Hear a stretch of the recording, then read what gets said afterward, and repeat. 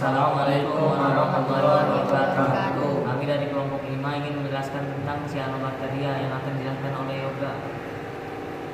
Cyanobacteria, bakteri hijau atau biru. Cyanobacteria berasal dari kata Yunani kaios yang artinya biru. Sering disebut juga dengan gagang biru karena berwarna hijau kebiru-biruan. Cyanobacteria dapat berfotosintesis sebagai memiliki tumbuhan berikut benang seperti gagang. Cyanobacteria merupakan anggota dari Eubacteria. Ciri-ciri cyanobacteria.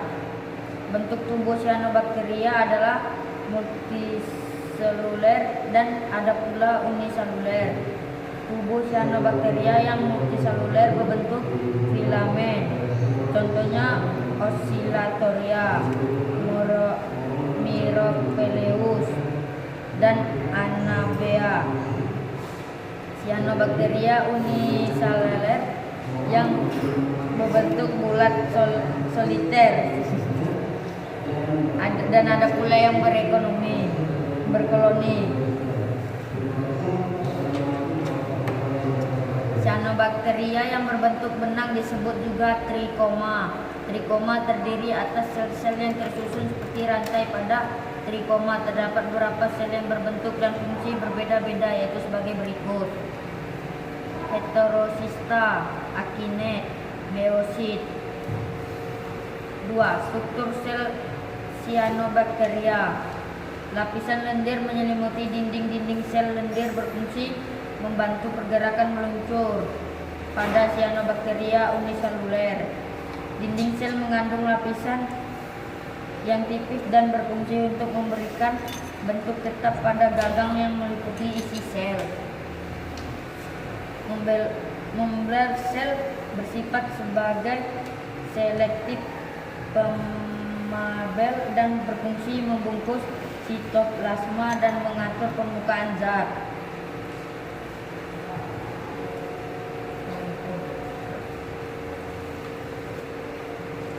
Yang kedua adalah cara hidup dan habitat cyanobacteria.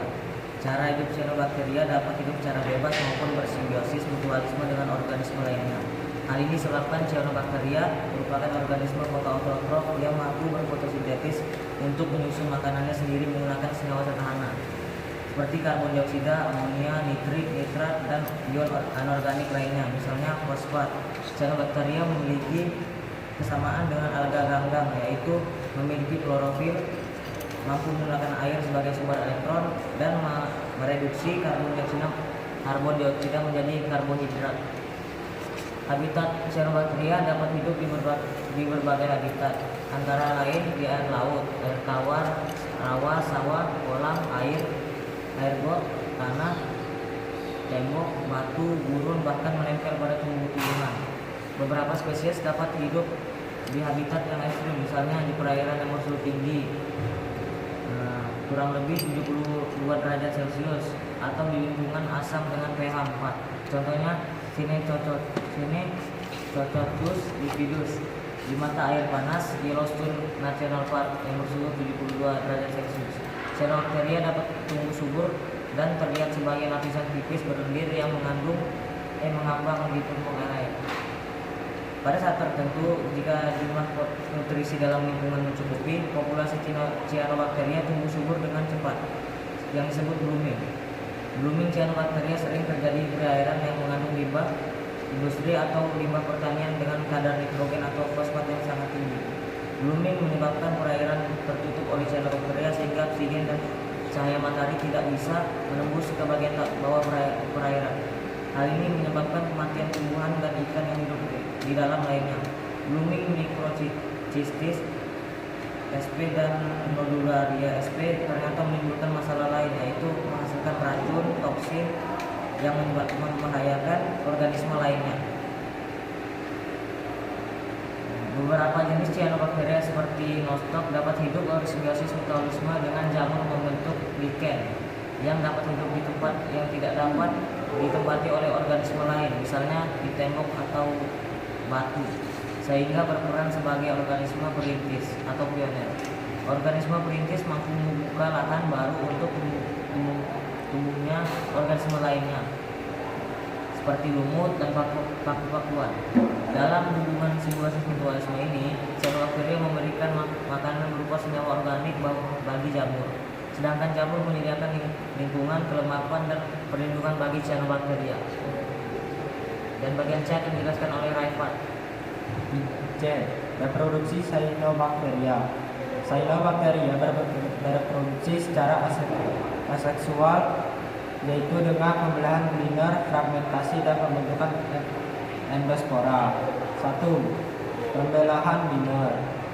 Pembelahan liner dapat terjadi pada Cyanobacteria uniseluler maupun multiseluler yang berbentuk filamen atau benang.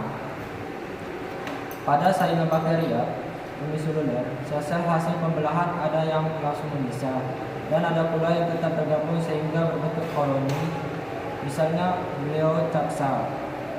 2. Fragmentasi. Fragmentasi adalah pemutusan sebagian tubuh organisme. Bagian tubuh yang terlepas akan tumbuh menjadi individu baru. Fragmentasi terjadi pada Cyanobacteria yang berbentuk filamen. Pemutusan bagian tubuh dan dapat terjadi di bagian-bagian tertentu pada sel-sel yang mati. 3. Pembentukan endospora. Pembentukan endospora terjadi jika kondisi lingkungan kurang menguntungkan, misalnya pada kondisi kekeringan. Sel yang mengandung endospora ini disebut akinet. Akinet berasal dari sel vegetatif yang berukuran lebih besar dari sel-sel tubuh lainnya karena mengandung cadangan makanan. Sekian, terima kasih. Akhir akan dibacakan oleh Raffi Nur Hadi. Contoh cyanobacteria dan peranannya. Beberapa jenis cyanobacteria menguntungkan karena dapat mengikat nitrogen sehingga menambah unsur hara tanah. Ada pula cyanobacteria yang dimanfaatkan untuk suplemen makanan.